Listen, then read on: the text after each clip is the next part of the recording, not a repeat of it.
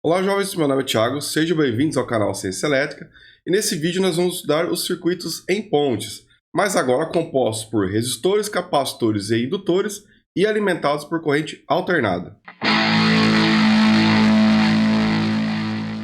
Nós vamos analisar o circuito em ponte com base no estudo prévio que nós fizemos lá na aula 44, quando nós vimos esse tipo de circuito composto apenas ali por resistores e alimentado em corrente contínua. Para isso, pessoal, é importante você ter um bom domínio aí sobre as técnicas de análise de circuito de malha e também de nós, tá? Caso você não domine muito bem esse conteúdo, tem um vídeo da aula 116 e 117 também, ok? Vamos começar então. Bom, vamos começar com o circuito em ponte da figura 1, né? Primeiro eu vou converter as cargas aqui desse circuito da figura 1, né, em blocos de impedância, que eu acho que fica mais fácil para a gente analisar aí o circuito. Observe então aí na figura 2 que nós temos as correntes de malha para cada uma das três malhas que existem nesse circuito. Embora ainda tenha a malha externa 4, tá? O que eu estou observando são apenas as malhas internas, que é suficiente aí para a gente representar todas as correntes desse circuito. Para levantar as equações desse circuito, pessoal, o que eu apliquei aqui foi o que nós vimos lá na aula 116, que é a abordagem sistemática para análise de malhas, tá? Então, observe que em cada equação, na primeira coluna, nós temos os termos dependentes da corrente I1, na segunda coluna I2 e na terceira I3. E do lado direito da igualdade para cada uma das equações, nós temos as fontes, né? Se você lembrar lá da aula 44, pessoal, nós observamos que na condição de equilíbrio de um circuito em ponte, como esse, né, a corrente que passa no elemento do meio, no caso ali a corrente do IZ5, ela é zero na condição de equilíbrio. Mas observe que a corrente IZ5 ela é composta pela corrente da malha 2 e 3, e elas estão em sentidos opostos. Isso quer dizer que o equilíbrio desse circuito vai acontecer quando I2 menos I3 for igual a zero. Então, vamos começar calculando I2 e depois I3. Bom, I2, pessoal, nós vamos utilizar aqui a regra de Cramer, né, para a solução desse sistema de equações. Então, no denominador aqui, vamos ter o determinante da matriz dos termos dependentes, né? E no numerador, nós vamos substituir os termos independentes, que no caso ali é os valores das fontes, na coluna 2, uma vez que nós estamos calculando I2, correto? Resolvendo, nós temos essa expressão aí, pessoal, onde esse delta vai ser o determinante do denominador, que vai ser igual também lá para a corrente I3, ok? Aí, então, nós temos também a expressão resolvendo para I3, né? Ou seja, substituindo os termos independentes na terceira coluna e depois calculando o determinante. E agora calculando IZ5 na condição de equilíbrio, né? Ou seja, I2 menos I3, nós temos essa expressão. E para Z5 ser igual a zero, a condição Z1 vezes Z4 igual a Z3 vezes Z2 deve ser satisfeita. Essa é a condição geral para o equilíbrio de um circuito em ponte, tá, pessoal? Uma abordagem genérica. Agora vamos ver como que fica a análise nodal. Considere agora o circuito da figura 3 e a sua representação simplificada em termos das admitâncias na figura 4. Esse é o processo que nós vimos lá na aula 117, né, quando nós estudamos a abordagem sistemática para a técnica de análise nodal, né, das tensões nos nós. Então, observe aí que o levantamento das equações é bastante simplificado quando nós utilizamos essa abordagem, né? Então, o primeiro termo de cada uma das equações é dependente de V1, o segundo termo de V2 e o terceiro de V3. Do lado direito da igualdade, nós temos as fontes de corrente, né? E mais uma vez, pessoal, a condição de equilíbrio para a técnica nodal é obtida quando a tensão no elemento central, no caso ali na impedância 5 ou na admitância 5 ali, for igual a 0 volts, tá? Então, nós vamos ter ali que a diferença de potencial entre os pontos V2 e V3 tem que ser igual a zero, tá? Então, vamos começar por V2, né? Para obter o valor de V2, temos que resolver o sistema de equações, mais uma vez aplicando a regra de Cramer. No denominador, nós vamos ter o determinante da matriz dos termos dependentes e no numerador, nós vamos substituir na coluna 2 os termos independentes, ok? Resolvendo, então, aí nós temos essa expressão para V2, né? Mais uma vez ali, O delta é o determinante do denominador que será utilizado também agora para o cálculo de V3, né? Então, observe como vai ficar a expressão para V3. E como VZ5 é igual a V2 menos V3, nós temos essa expressão onde a condição de tensão zero em Z5 é a condição onde o produto das admitâncias 1 e 4 é igual ao produto das admitâncias 3 e 2. Reescrevendo essa expressão usando as impedâncias, pessoal, nós temos ali 1 sobre Z1 vezes Z4 igual a 1 sobre Z3 vezes Z2. Observe a semelhança entre as equações acima e aquelas obtidas por meio da análise de malha. Vamos agora analisar o critério de equilíbrio dos circuitos em ponte. Mas, pessoal, lembre-se também de, após terminar essa aula, fazer o download da lista de exercícios, tá? O link está na descrição desse vídeo. Tenta resolver baseado no conteúdo dessa aula e depois eu vou subir um vídeo com a solução para que você possa acompanhar o teu desempenho, ok? Vamos continuar então. Vamos aprofundar aqui então um pouco a nossa inspeção do circuito, tá? Para o circuito da figura 5, observe que a corrente I e a tensão V é zero, tá? Ou seja, estamos na condição de equilíbrio. Então, nessas condições, né, para I igual a zero, a corrente I1 e I3 são iguais, tá? Assim como a corrente I2 e I4. E considerando a tensão V igual a zero, nós temos que a tensão na impedância 1 é igual à tensão na impedância 2, assim como a tensão na impedância 3 é igual à tensão na impedância 4, né? Então, aplicando as expressões 1 e 2 na 4, nós vamos obter a expressão 5. E isolando I2, nós vamos obter a expressão 6.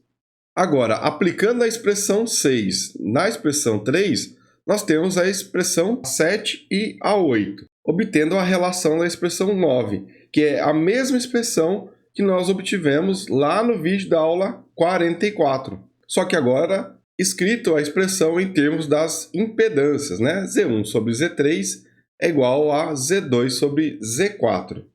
Nessas condições, nós temos o equilíbrio do circuito em ponte. O circuito da figura 6 é denominado ponte de Rey, quando Z5 é substituído por um galvanômetro.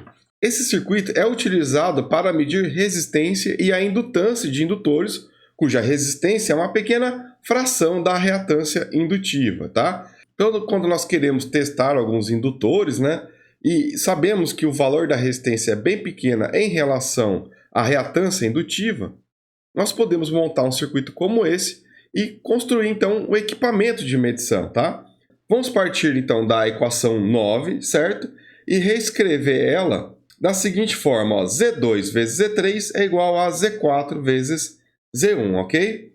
Então, substituindo pelos valores das resistências e das reatâncias indutivas e capacitivas, pessoal, nós temos as expressões 10 e 11.